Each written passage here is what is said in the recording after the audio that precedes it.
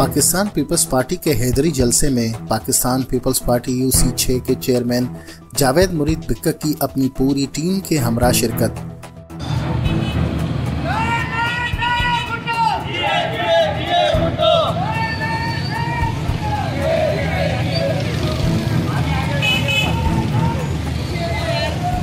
तफसीलात के मुताबिक पाकिस्तान पीपल्स पार्टी के हैदरी जलसे में पाकिस्तान पीपल्स पार्टी यूसी 6 के चेयरमैन जावेद मुरीद बिक्का ने अपनी पूरी टीम के हमरा शिरकत की, जिनमें अब्दुल खालिद बलोच, अली हसन खेड़ो, आशिक अली, साईदाद, बिलाल बलोच, सखी, नूर बहादुर और पूरी अवाम ने भरपूर शिरकत की और इस जलसे को कामयाब बनाया।